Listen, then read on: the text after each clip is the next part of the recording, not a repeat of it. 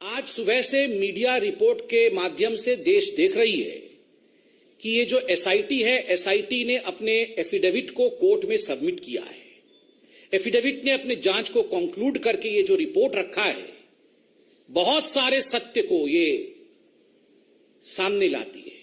It reveals shocking truth, shocking facts have come to the fore after the SIT report in front of the court. बहुत स्पष्ट रूप से यह affidavit कहती है कि तीस्ता सितलवाड़ और उनके साथी, उनके सहयोगी जो काम कर रहे थे, वो मानवता के लिए काम नहीं कर रहे थे। वो एक पॉलिटिकल डिजाइन के साथ, एक पॉलिटिकल ऑब्जेक्टिव के साथ, एक राजनैतिक मंसूबे के साथ काम कर रहे थे। और उनका मंसूबा क्या था? उनका दो टूक मंसूबा था। They had to objectives. ये दो पॉलिटिकल ऑब्जेक्टिव्स क्या थे? प्रथम पॉलिटिकल ऑब्जेक्टिव था dismissal and destabilisation of the publicly elected Gujarat government.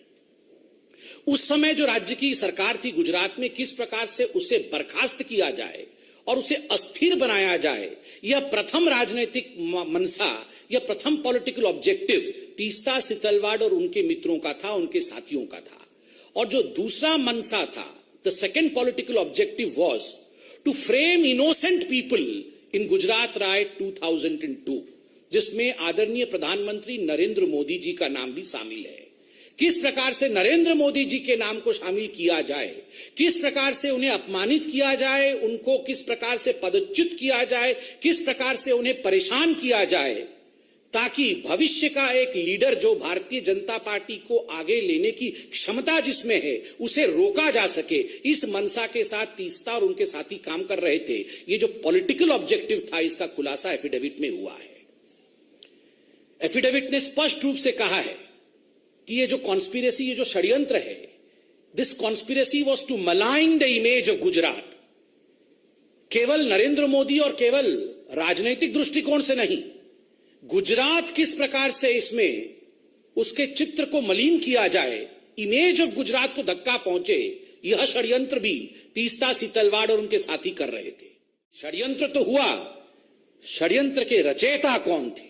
Shri Ahmad Patel, जो पूर्व के कांग्रेस के दिग्गज नेता, राज्यसभा के मेंबर ऑफ पार्लियामेंट और मुख्यतः chief political advisor to the then Congress president Sonia Gandhi. मैं आज इस मंच से अहमद पटेल जी की शांति की कामना करता हूं। वो आज हमारे बीच में नहीं है और भारतीय जनता पार्टी संवेदनशीलता में विश्वास रखती है। अहमद पटेल तो मात्र एक नाम है, काम तो सोनिया जी का था। अपने मुख्य पॉलिटिकल एडवाइजर अहमद पटेल के माध्यम से सोनिया जी ने गुजरात के छवि को धूमिल करने की चेष्टा की। अहमद पटेल जी के माध्यम से सोनिया जी ने नरेंद्र मोदी जी को घेरने की चेष्टा की, उन्हें अपमानित और उन्हें किस प्रकार से निष्कासित किया जाए, इसकी चेष्टा की। और ये पूरे षड्यंत्र की रचयिता सोनिया गांधी है। यह एफिडेविट कहती है, मीडिया से हमने एफिडेविट डाउनलोड किया है, and I would like to quote from the affidavit, and I quote, the applicant Setalvad held a meeting with Ahmed Patel and received rupees 5 lakh at the first instance, where the money was given to her by one of the witnesses on the instructions of Patel. 2 days later, they met at the circuit house at Shahibabad in Ahmedabad, where she received rupees 25 lakh more from Patel.